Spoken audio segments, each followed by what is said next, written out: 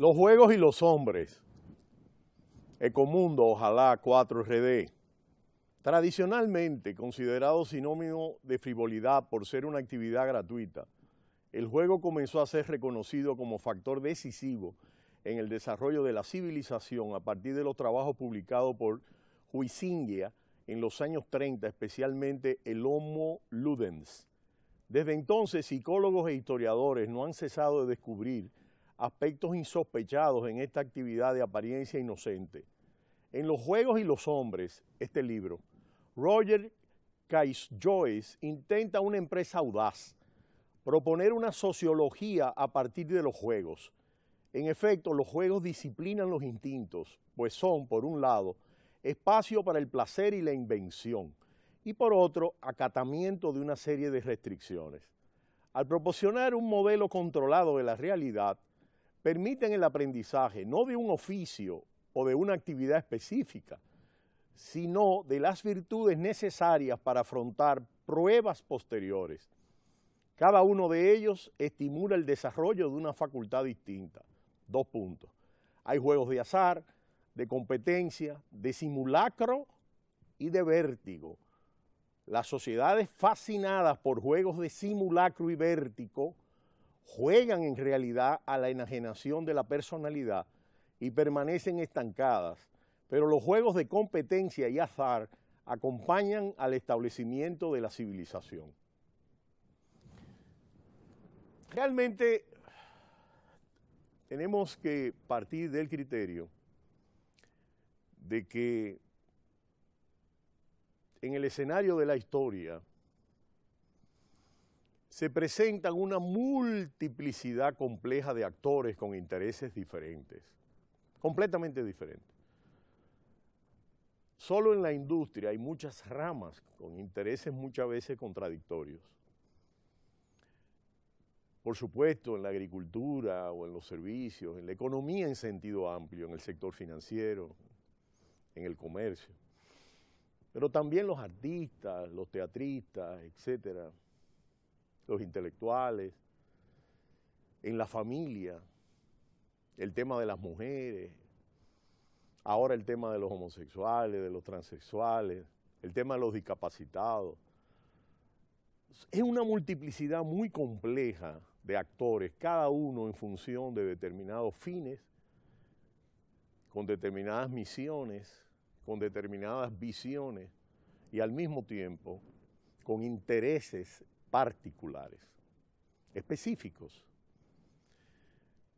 De manera tal que en el juego de intereses y de actores hay una bruma, hay una sombra, donde los actores juegan de manera muchas veces opaca o muchas veces transparente, o con una opacidad dentro del escenario complejo de los actores en movimiento frente a los problemas y a los conflictos que se desarrollan desde que nos levantamos cada mañana y vemos los conflictos desde los más simples hasta los más complejos. Desde los más simples con la mujer, con las personas que uno interactúa, hasta los conflictos más complejos de la sociedad, en términos, por ejemplo, de la determinación del salario entre empresarios y trabajadores, y muchos otros aspectos que plantean conflictos, como los divorcios o muchos aspectos de la vida mucho más general. Ese viejo caudillo de Balaguer nos tuvo acostumbrados a jugadas maestras. Indiscutiblemente que plantea una frase lapidaria, ¿no? Que uno es esclavo de lo que dice y dueño de lo que calla. Y el profesor Juan Bosch planteaba muchas veces a Peña Gómez como un individuo de una lengua muy larga. Yo recuerdo en Vanguardia del Pueblo que era una lengua larguísima, que casi lo ahorcaba el pobre Peña. Y entonces, ¿qué sucede? Que había una serie de particularidades increíbles y hoy día la sociedad de diario le pide al ejecutivo principal de la nación que hable, Y yo creo que el Ejecutivo ha sido cauto, ha sido prudente, ha sido sensato, ha esperado que los acontecimientos ocurran y a partir de ahí, entonces se va a dirigir a la nación. Vamos arriba, no le cambie, Ecomundo, ojalá 4RD.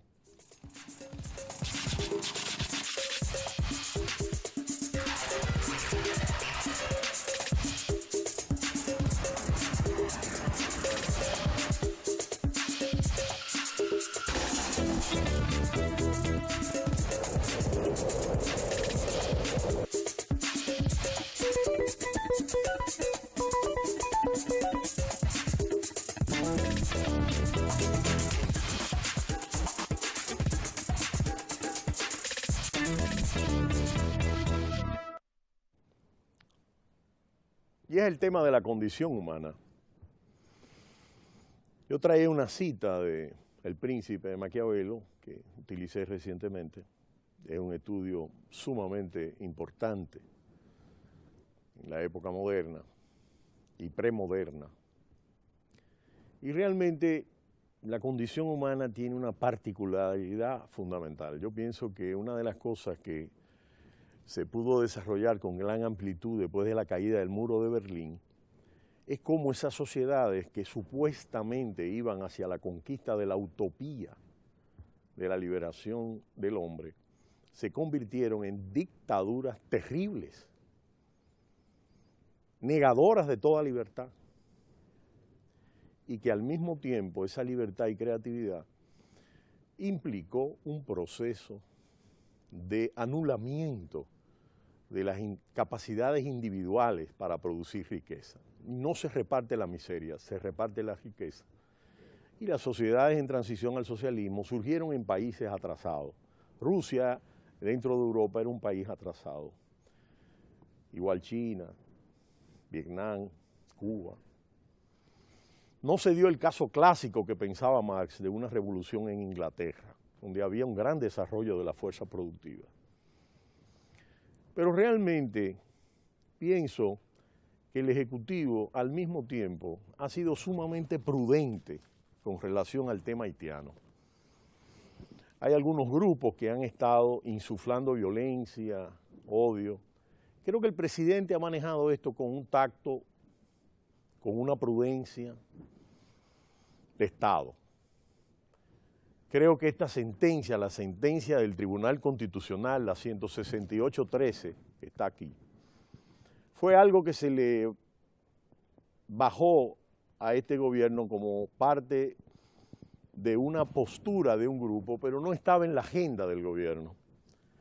Creo que todos estamos de acuerdo que hay que resolver ese problema, pero no es un problema que se puede resolver a lo loco del día a la mañana, cuando esta mano de obra tiene en el país prácticamente cerca de 100 años, siendo una mano de obra fundamental para la economía dominicana. Entonces, es un tema que hay que manejarlo, yo estoy de acuerdo. No sé por qué llegamos tan tarde a la reglamentación de una ley, de un reglamento, de la aplicación. ¿Qué ha pasado en la frontera, en la carretera internacional? Y a veces me parece que algunos grupos insensatos que han estado reclamando violencia. Sin embargo, el Grupo Vicini ha protagonizado una reunión interesantísima con un proyecto binacional en la frontera para desarrollar inversiones. Hay fondos en Asia para proyectos binacionales y realmente lo que hay indiscutiblemente que hacer es ver cómo eso se crean bases para un desarrollo en gran escala y respetando la autonomía de cada nación.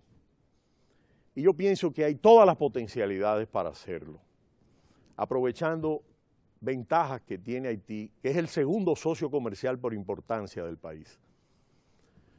Yo pienso que indiscutiblemente nosotros estamos ligados indisolublemente porque es parte de nuestra isla. Yo oigo a algunas personas hablar como que nosotros somos un continente. Y de hecho vivimos de espaldas al mar, al malecón, al pescado, etc.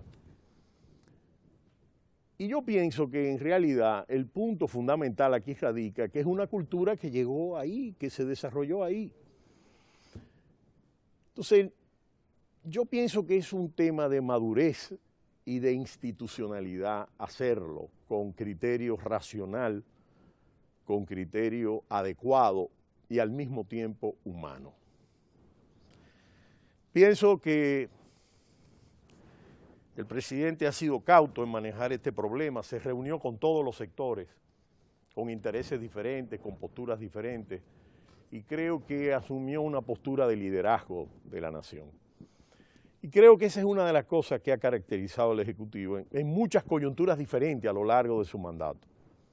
Creo que es una de las cosas que le ha permitido tener legitimidad en las elecciones, en las encuestas. Y yo creo que el punto de las palabras del presidente, pienso que van a llegar luego que el juego de ajedrez se ha definido. Pienso que ha habido grandes discursos de muchos actores representativos de sectores en el país y creo que está definido el tablero del ajedrez político nacional. Creo que los más favorecidos son la oposición, el PRM, Guillermo Moreno, Minu Tavares y todo ese grupo amplio de la izquierda. Y creo que el gobierno ha mantenido una prudencia en el manejo de la situación, pese al tema de la reforma constitucional, que yo la veo simple y llanamente como volver a ese intento de reforma constitucional para la reelección que se ejecutó en el 2010. Por supuesto, hay una aritmética de votos dentro del Congreso y esa es la realpolitik. Y la realpolitik, simple y llanamente, hay que asumirla en determinados momentos, pero solo el Ejecutivo estaba en las condiciones de parar y detener esa fracción conservadora, xenófoba y ultranacionalista que ha gobernado 12 años al país y que debe quedar atrás y que se deben seguir cosechando estos nuevos vientos que plantean una nueva coyuntura histórica en el país con la posibilidad del surgimiento de un progresismo en la política dominicana. Muchas gracias, Ecomundo, ojalá 4RD. No le cambie.